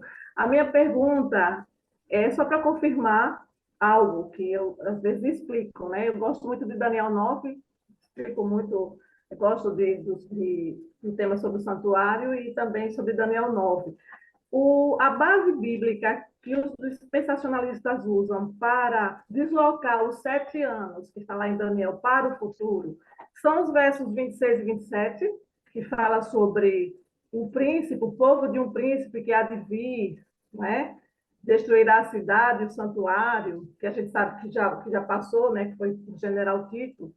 E depois o 27 diz assim, ele fará firme aliança, porque o texto ele apresenta assim, um parêntese, né? E volta a falar do Messias, quando diz ele fará firme aliança com muitos por uma semana. Esse verso aqui é esse verso que eles usam para falar de um anticristo ou de um príncipe, né, que vai vir fazer uma aliança com Israel e depois quebrar essa aliança. É esse versinho aqui? Olha, eles usam esse verso para falar dos eventos, do príncipe, etc. Então, a interpretação adventista mais atual mostra esse príncipe como sendo o próprio Jesus, não Tito, ok? Há um cumprimento melhor em Cristo, de acordo com os nossos teólogos, inclusive, principalmente no nosso Darcon, que é o melhor material que nós temos como resposta sobre as críticas do santuário. Agora, sobre a brecha... Desculpe, pastor, eu não entendi. O povo de um príncipe que há de vir destruirá a cidade e o santuário, está se referindo a Cristo? Eu pensava que era o 27 que falava, ele fará firme aliança com muitos. É o mesmo príncipe. Ah, tá. Se você ler aí o Darcon, especialmente o volume 3, que trata das 70 semanas, Daniel, ali existem excelentes artigos, tanto para responder ao dispensacionalismo, quanto para mostrar o aspecto histórico do cumprimento da profecia. Eu já li alguma coisa a respeito, não muito profundo, e eu vou me ater a isso dizendo o seguinte, que o que os dispensacionalistas fazem para criar essa brecha é um malabarismo hermenêutico inexplicável. Você não tem nenhuma fundamentação para essa divisão, mas eles conseguem, né? Então, eu não posso passar daqui, porque eu nunca li de forma mais profunda esse item, especialmente na teologia dispensacionalista, sobre essa divisão, aí, sobre essa brecha criada na profecia. Mas, historicamente, pelo cumprimento do histórico contínuo, o texto não dá margem para essa divisão. Muito bem. Queridos irmãos, olha, essa pergunta é uma pergunta que requer uma outra palestra. É, certo? verdade. Inclusive, existe uma tese doutoral que só trata dessa brecha aí dos nossos doutores aí da ENGS. Existe uma tese que só trata dessa brecha e o autor lá ele realmente responde de uma forma espetacular. E nós não poderemos ainda nos aprofundar, mas realmente eles dizem isso. O povo de um príncipe que há de vir, nós entendemos ali que seja Tito, os romanos, aquela outra. Então existe ali uma triangulação entre príncipes, um pelo bem e outro pelo mal. Entendemos que Cristo seja ali o príncipe que cumpre a profecia na última semana. Mas ao falar ali da morte de Cristo, que se torna vítima da destruição de Jerusalém, existe ali um jogo de palavras que é muito melindroso entrarmos nesse detalhe aqui agora, mas que isso aí já é deitado por terra. Como foi colocado aqui, a interpretação que nós colocamos sem realce é a interpretação cristológica. O grande problema do dispensacionalismo é, quando eles vão interpretar a lei de Deus, eles usam a cruz, eles são cristológicos. Quando eles vão interpretar Israel, eles atropelam a cruz. Eles não são cristológicos. Aí eles anulam a cruz, anulam Cristo. Certo? Então, eles fazem esse malabarismo.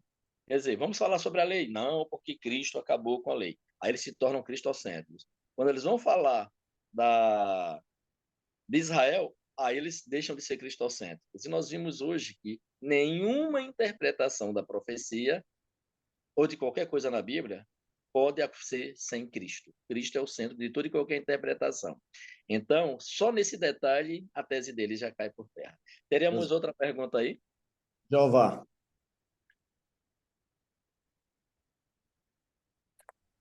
Ok. O que se pode dizer da afirmação de Lewis Schaeffer? Ele diz que o conteúdo de João, de Atos, das epístolas, é o conteúdo voltado especificamente, diretamente para os cristãos. O que se pode dizer dessa afirmação desse miserável dispensacionalista? Substituto lá do Scofield. Olha, isso cria uma separação, em última instância, vai criar um cânon dentro do cânon. Quando você faz uma distinção entre aquilo que é para cristão e aquilo que é para Israel, você acaba, mesmo sem querer, quebrando o princípio tota scriptura. ok?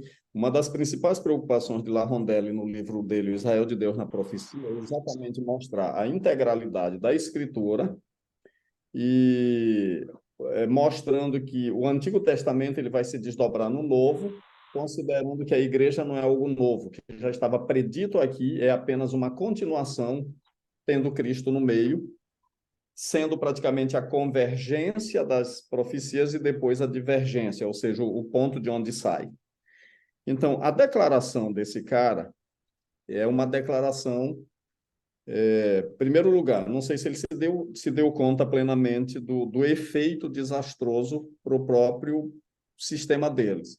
Porque ao se chamar protestante e atentar contra a unidade dos testamentos, isso é um tiro no pé.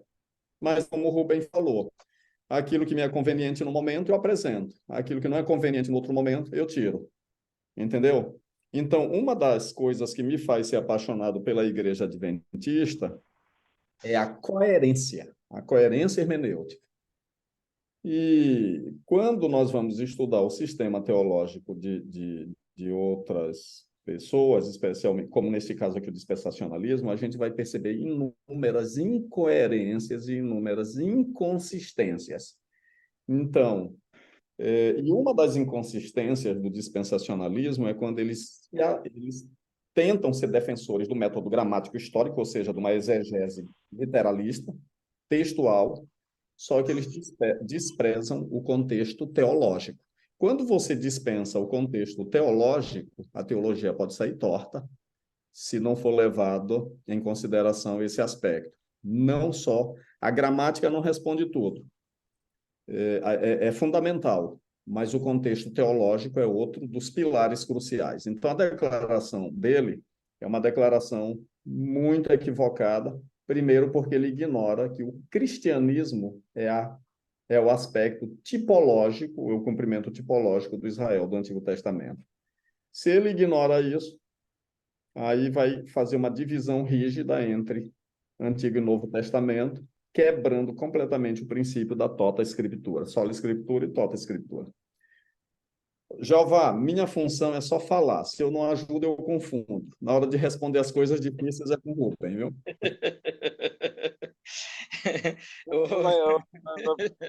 Valeu a pena essa ampliação. Tinha mais ou menos essa percepção, valeu a pena, né? Além do mais, o fundamento deles é o literalismo, né? E quando você se apega ao literalismo, desgraça com todo o conteúdo bíblico, é menino que é por terra. Às vezes, eu brincando aqui, João, eu digo assim, rapaz, que Deus pilantra é esse? Ele cria um sistema de salvação para uns e para outros, para uns graça, para outros lei, e para outros promessa. Que negócio é esse? Quer dizer, para uma dispensação, a dispensação da lei. Para outros, a dispensação da graça. Para outros, Israel. Deus fez uma promessa e ele agora ficou cativo de um povo.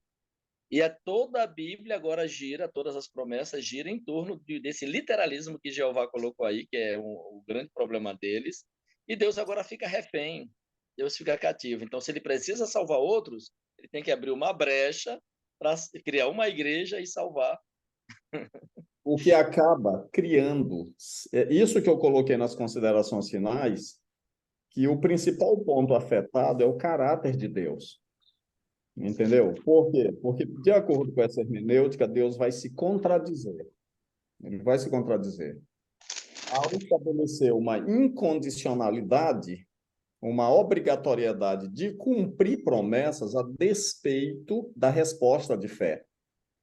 Aí, para a igreja é pedida uma resposta de fé, uma crença. Então, são 2 pesos e 2 medidas, que, em última instância, acaba criando um questionamento sério. E o questionamento é: quão séria é a justiça de Deus?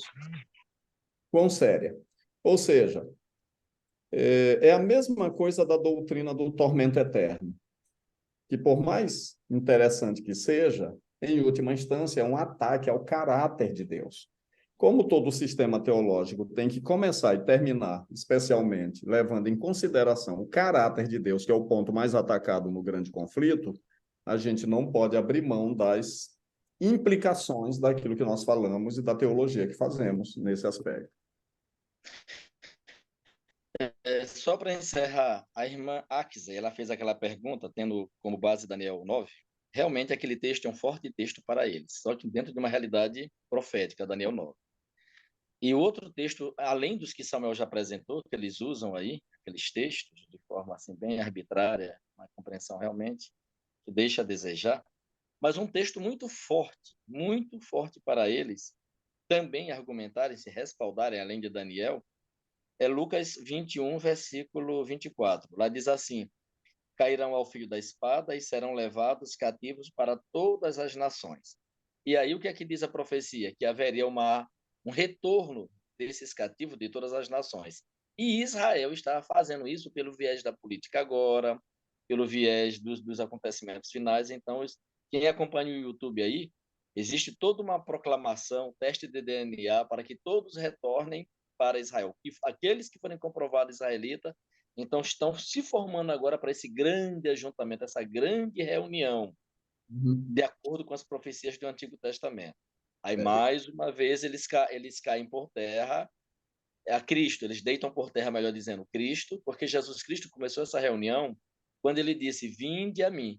Mais uma vez, a gente toma o texto de forma romântica e esquecemos que Jesus Cristo já está fazendo essa reunião. Exato. Vinde a mim, vós, todos os que estão cansados e sobrecarregados. Então, aqui diz assim: e até que os tempos dos gentios se completem. Então, eles dizem que a realidade da história da salvação é Israel. Abriu-se com a igreja um hiato para os gentios. Esse ato vai se fechar com o arrebatamento secreto. E aí voltam-se novamente aos cumprimentos da profecia voltado para Israel. Ok. É Mas só eu, um texto que Rubem, na sequência do que ele usou, sobre Mateus 11, 28, ele usou, mas lá no choro de Jesus sobre Jerusalém, ele faz uma declaração extremamente interessante quando ele diz assim, ó, quantas vezes eu quis reunir vocês como uma galinha reúne os pintinhos debaixo das asas. Então, essa expressão reunir, quando você vai atrás dela no Antigo Testamento, ela tem uma significação muito ampla de profecias que Israel seria reunido. De fato. Só que o reunidor é Jesus, que foi rejeitado. Então, esse é um ponto que tem que ser levado em consideração nesse na estudo. sequência, tá ficando longo o negócio. Você tem uma pergunta e Denilson também, né? Eu acho que a Aksa também, né, Aksa? Ou não? Pastor, bom dia a todos. A minha pergunta vai mais em cima da terminologia usada. Veja, no livro de Gálatas fala da plenitude dos tempos, Efésios 1:10 também diz dispensação e plenitude, com respeito à questão de misturar, eu falo mais para a questão da igreja como um todo, a questão da dispensação no aspecto de que nós temos a previsão tipológica e do antítipo. Não seríamos dispensacionalistas, não misturaria a questão teológica, visto que tem todo um arcabouço aí já sendo construído, como é que ficaria para trabalhar mais isso com a igreja, com a membresia em geral? Essa a questão da terminologia. Nós temos alguns problemas com a terminologia. Milênio, Trindade, agora entra a dispensação, nós sabemos aí que foi colocado durante toda a apresentação, mas nós temos a ideia da plenitude, do cumprimento, do tipo, do antítipo. Essa problemática com terminologia. A terminologia tipo e antítipos, ela é bem bíblica. A tese do Dr. Richard M. Davidson, que é uma tese sobre hermenêutica, existem muitos e muitos livros já escritos sobre tipologia, inclusive existe dos evangélicos aí, D.A. Carson, não sei mais quem, um manual de tipologia. Só que a tese de Davidson, ela tem um diferencial, porque ele vai trabalhar o tipos, tendo como base lá Coríntios e Romanos, e ele acrescenta um elemento preditivo na tipologia, ou seja, todos os tipos que ele pega lá do Antigo Testamento, uma característica dele é mostrar que um tipo é verdadeiro quando ele em si ele já tem um elemento prefigurativo, preditivo, profético. Os dispensacionalistas, inclusive o Norman Galley, fala que eles pegam muitas coisas no Antigo Testamento para dizer assim, ó, isso aqui é tipológico. É a questão da conveniência. Muitas coisas. Só que o ponto central da tipologia é quando ela tem esse elemento preditivo, de fato. Davidson trabalha com 5 elementos básicos, mas existem outros. Ele apresenta 5 lá, que é santuário, Moisés, eventos, pessoas e instituições, né? O Êxodo. Agora, como é que nós podemos trabalhar isso com a igreja? Às vezes o doutor Amin Rodou usa uma expressão que Rubem gosta de reproduzir, e ele diz assim, que na teologia nem sempre o caminho mais fácil é o melhor, porque tem coisas que não dá para simplificar tanto. Ou então a gente trabalha com a igreja, essa hermenêutica de La Rondelli, que vem mostrando o cumprimento cristológico, ou então a gente começa a falhar. Eu iria pelo filtro cristológico, mostrando nesse aspecto que tu está perguntando aí, Roosevelt, especialmente Cristo como a semente abraâmica, que já está predita lá na promessa para Abraão. Como Abraão é o elemento-chave da formação de Israel, a gente pode pegar esse próprio elemento-chave mostrando que as promessas não se cumpriram para Abraão. E que o próprio Abraão não estava aferrado a um cumprimento literalista, porque Hebreus diz que ele esperava uma cidade cujo fundamento é celestial. Ele foi peregrino na terra que foi prometida para ele, mas olhando para que terra? Uma terra escatológica. Eu não toquei no lance da terra hoje.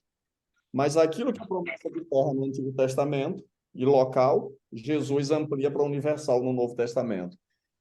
Versos, Salmo 37, os mansos herdarão a terra. Jesus diz assim, os mansos herdarão a terra, só que num contexto global, o que desloca o aspecto literalista do Israel da atualidade. Mas o ponto é que Cristo é o filtro no qual Abraão se cumpre, ele é o descendente. E nesse descendente, nós temos uma ampliação, tanto para o aspecto étnico, para com o aspecto global.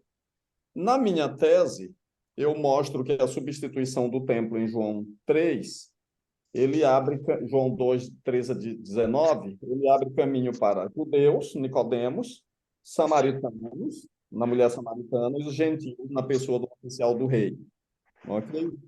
Que é curado, o que acaba cumprindo um foco missiológico no programa de missão da igreja, que era judeus, samaritanos e até os confins da terra. Esse foi o plano de Deus para Israel no templo, que não foi cumprido e que vem se cumprir em Jesus e na sua igreja. Bom, voltando para a tua pergunta, Gálatas trata especialmente com Abraão e o pacto, mas ele deixa bem claro, os da fé é que são filhos de Abraão, não os étnicos. Isso é claro. Ok? Então, o DNA da fé é mais importante do que o DNA biológico. O que Jesus já mostra em João 3 e vai desdobrar isso no Evangelho também. Eu espero ter ajudado, mas Bom, cada pergunta eu penso que você deu uma resumida aí da apresentação. Eu penso que a pergunta dele tinha a ver com terminologia, a questão da terminologia. Eu acredito que nós temos que reexplicar algumas terminologias. Quando você falou, por exemplo, que nós somos historicistas, mas que, como historicistas, nós, de alguma forma, abraçamos um pouco do preterismo dentro do contínuo da história, e que nós somos um pouco futuristas dentro do contínuo da história, pegando toda a profecia, tendo como guia essa linha da história. Então, você usou a terminologia do futurismo e do preterismo, mas dentro de um contexto historicista. Então, eu entendi a pergunta dele nesse viés aí, que como nós podemos pegar plenitude dos tempos, dispensação da graça, algumas terminologias que estão na Bíblia, que parecem endossar o dispensacionalismo, mas que, com certeza, pelo viés da teologia não é assim, mas que precisam ser explicados para a igreja. Como o doutor Amir Rodolfo ele dizia, olha, nós somos pré-milenistas. Só que os evangélicos praticamente todos também são. Todos também são. Então, como corrigir a terminologia? É que eles são pré-milenistas dispensacionalistas. Aí nós já estudamos sobre isso. Enquanto que nós somos pré-milenistas proféticos. Nós temos um contínuo histórico para interpretar a profecia. Então, existem algumas terminologias nossas, inclusive algumas terminologias que partem do mundo da linguagem denominacional adventista, que, como diz o meu colega Jacques, que estão sendo sequestradas, e estamos deixando algumas pessoas sequestrar essas terminologias, como estilo de vida, como verdade presente, como terceiro Elias. E nós precisamos resgatar, porque isso faz parte do nosso arsenal de argumentos, do nosso arsenal teológico, na nossa discussão e apresentação dessa verdade presente. Então, eu penso que a pergunta de Roosevelt talvez tenha a ver com isso aí, não sei também se ajuda. Mas vamos para o próximo, então vamos encerrar, a gente vai dar 7 horas. Porque dentro da própria igreja, alguém poderia dizer assim, nessa dicotomização do dispensacionalismo, ainda que de forma literal, dessa fragmentação aí, alguém poderia dizer assim, nós também somos dispensacionalistas. Ainda que pode ser como não é como foi apresentado, mas nós temos o antítipo, o títipo, nós somos dispensacionalistas. O cumprimento profético, nós somos dispensacionalistas. Por isso que eu estou colocando aí traz esse pessoal do contexto do dispensacionalismo futurista aí para o profético contínuo histórico, como nós acabamos de ouvir aí. Exato. Eu até apresentei um pequeno gráfico ali sobre o Antigo e Novo Testamento e o Novo Testamento, tipo, antítipo. Mas as falas de Rubens são excelentes e muito pontuais para corrigir essas pequenas coisas aí. Excelente. Gente, mas Denilson, né? Denilson, pega leve comigo. A irmã tornou se manifestar. A irmã Edna, né? Edna, preste atenção. Hã? Oi? Adna. Adna. Pois não. Olha, deixa eu dizer aqui uma coisa. Eu penso que nós deveríamos dar uma prioridade à pergunta dos irmãos da igreja que estão conosco. Eu não sei se seria, porque para a gente não ser redundante, está fazendo muito adendo ao que já foi dito. Então, vamos... bom, é uma sugestão minha aqui, atentar para as perguntas dos irmãos e para a gente poder caminhar profissionalmente, já está longo já, para não ficar cansativo. É bem simples. Primeiro, eu queria só agradecer, parabenizar, porque é raro isso, né? Um grupo de estudo de pastores. E vocês estão de parabéns. E eu queria ressaltar algo, só para esclarecer, e queria que o pastor só enfatizasse um pouco mais isso, para ver se eu entendi essa questão bem. O pastor falou aí nas considerações finais agora, depois que ele respondeu uma pergunta, em relação ao caráter condicional das promessas de Deus, principalmente as promessas ligadas à questão profética. Deixe-me só ver se eu entendi. Quando a gente analisa a história, né, das promessas de Deus, a gente percebe que elas são de cunho histórico, teológico, gramatical também e cultural. E as promessas que são condicionais, se elas são tiradas desse contexto de condicionalidade, você interfere diretamente no caráter de Deus em relação à sua justiça. Seria isso? Que, por exemplo, quando eu digo assim, se desviares, existem vários contextos condicionais diretamente de Deus. Se desviares o seu pé do sábado, se ouvires a minha voz, né? Se obedecerdes os meus mandamentos, esse caráter condicional de Deus, ele vai sendo aplicado tanto para a questão da própria comunhão e da relação, né, com ele, quanto também para questões ligadas à profecia. Então, pelo entendimento da hermenêutica do dispensacionalismo, ele tira esse caráter condicional e implica num caráter definitivo. É isso? E isso implicaria no caráter de Deus enquanto um ser justo de falar algo e cumprir algo. Isso, deixa eu só dar uma esclarecida aqui. Adina, a tua pergunta é muito interessante. Na relação de pacto de Deus com o seu povo, as suas promessas, elas não falham. Deus é fiel, Deus não mente, ele cumprirá suas Certo. palavras, ok? Então, a gente não pode deixar de ver um caráter incondicional na promessa por parte de um elemento do pacto, que é Deus.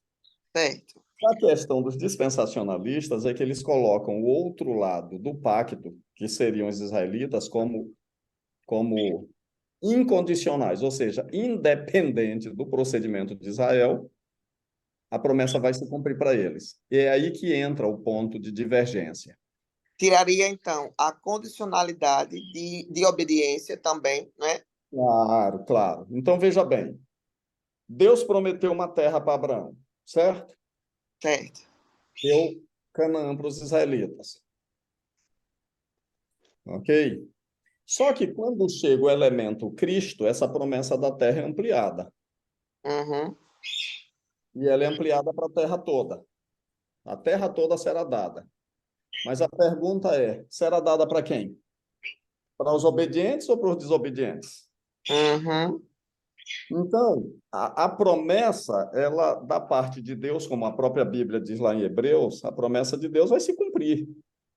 Por exemplo, aquilo que Israel falhou, Jesus corrigiu. Onde Israel falha, Jesus vem para corrigir. Só que quando você restringe a promessa de Deus para um Israel étnico e literal, você, de certa forma, está criando o que o pastor Rubem falou ainda há pouco, de uma restrição divina, um aprisionamento para um povo independente do seu procedimento, ok? Então, as promessas vão se cumprir, mas elas transcendem o Israel étnico para um Israel que obedeça.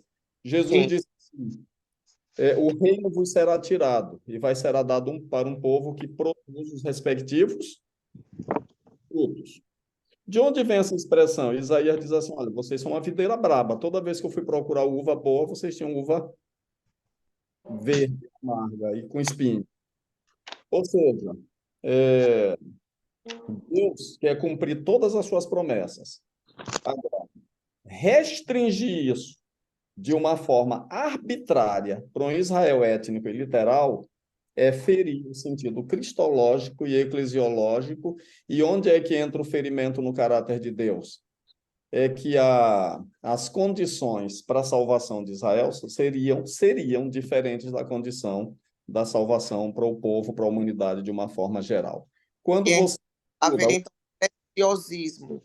deixa eu só complementar, quando você estuda, então, o Antigo Testamento, de onde é que vem a confusão?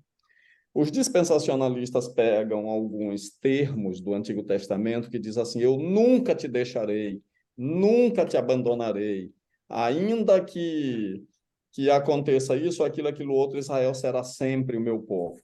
Então, os dispensacionalistas pegam essas palavras, o sempre, e Sim. também aplicam num contexto equivocado. Rubem tem um estudo muito interessante que a gente já conversou um pouquinho sobre a expressão tudo, todos e sempre na Bíblia. Por quê? Porque muitas vezes o sempre, ele não é um sempre irrestrito, é um sempre condicionado, e a condição está relacionada com a fidelidade e com a obediência. Ou seja, Deus não vai levar para o céu quem não quer ir. Uhum. Vai salvar todos. Concordo. Irmãos, Entendeu? está na hora de nós encerrarmos, está tarde. Ficou gostoso, mas se demorar demais, fica cansativo, tá bom? Eu recomendo à irmã a ler uma citação extremamente importante que fala sobre o julgamento de Deus. Tudo que nós fazemos, tudo que nós dizemos, tudo no contexto da teologia, pró e contra, tem como centro de toda a questão Deus, o caráter de Deus. Então, a pergunta da irmã, ao falar de condicionalismo e constitucionalismo, é apenas mais um pontinho aí em todo esse contexto de grande conflito. Então, deixa eu lhe dizer por mais uma vez, Ellen White, como é que ela começa a citação. Vou citar Ellen White aqui. Ela diz assim, no último grande O mundo, sob as instruções de Satanás, tornou-se qualificado para fazer a obra que ele determinou. Colocar a rebelião no tribunal e convocar o Criador dos céus e da terra para ser julgado segundo o juízo humano. Instrumentos satânicos confrontam a Deus com a vontade da humanidade. No último grande conflito, as pessoas tentarão chamar a Deus perante seu tribunal e pronunciar sentença contra ele, julgando sua lei pelo padrão do mundo, humanismo aqui. Mas o Supremo Legislador julgará cada pessoa segundo suas obras. O céu todo está esperando esse movimento. Então, tudo gira em torno do caráter de Deus. Nós temos que ter muito cuidado com a nossa teologia. Eu costumo dizer o seguinte, olha, se Deus não falou, não fale. A mim Rodolfo dizia o seguinte, porque Deus não sei o que... Não bote Deus no meio das suas picuinhas, meu irmão, dos seus problemas, dos seus pensamentos. Porque na hora que você colocar, se estiver de forma errada, ele vai entrar para se vindicar. Ele vai entrar para se vindicar. E a experiência de Jó, de seus 3 amigos, e no capítulo final com Deus, demonstram muito isso. Vocês não falaram de mim o que é bom. Ou seja, tudo gira em torno do julgamento de Deus, Deus sendo julgado. Então, quando nós defendemos uma teologia antinomista, quando nós defendemos uma teologia dispensacionalista, que ao olhar para a Bíblia está contrária à Bíblia, então nós temos que ser muito cuidadosos. Na sequência da citação que eu acabei de ler aqui, ela diz que essas pessoas, o pecador voluntariamente se aparta do assim diz o Senhor, para as enganadoras declarações de Satanás. Mais uma vez, eu volto para o contexto do grande conflito. Mas é isso aí que já foi dito, tudo já está subejas para entendermos aí. Essa questão de condicional e não incondicional e tantas outras coisas que foram abordadas aqui, eu penso que já são temas, vários temas, para próximas palestras. Vamos então encerrar por aqui. Eu peço a Samuel, que foi o palestrante, que nos dirija a Deus em oração nesta oração final. Obrigado a todos. Daqui a um mês estaremos de volta, após o nosso retorno das férias. Entre 20 e 30 de janeiro, em algum momento, vocês serão avisados aí pelo... Gente, muito obrigado pela presença, obrigado pela paciência e tolerância. O assunto não é a minha praia plena, a gente tem que estudar tanto o assunto, mas eu penso que Foi muito bom. o objetivo aqui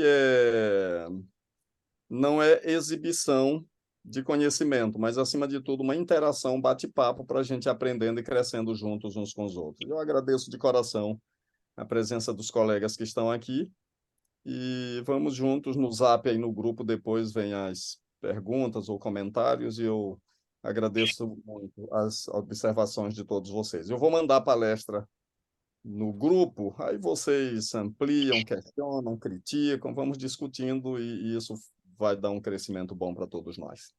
Vamos orar, então? Obrigado, nosso Deus e Pai, pelo privilégio de termos a Tua palavra e muito obrigado pela Tua bondade em nos fortalecer na Tua graça. Obrigado pela salvação em Cristo e muito obrigado pela esperança do Teu breve retorno. Firma-nos a nós todos na verdade e aumenta em nós o desejo de conhecermos mais a Tua palavra e de nos aprofundarmos na relação contigo.